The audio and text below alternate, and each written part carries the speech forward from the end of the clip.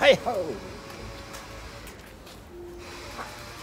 1月5日火曜日です。おお。コーヒーのコーヒーちょっと焦げたもた。焚き火難しいな火力が。そらちょっとええわ。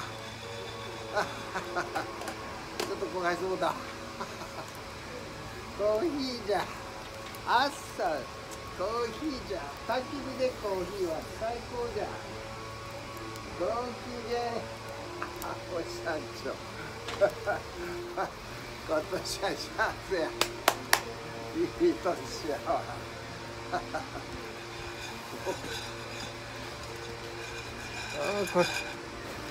これすごいやろ。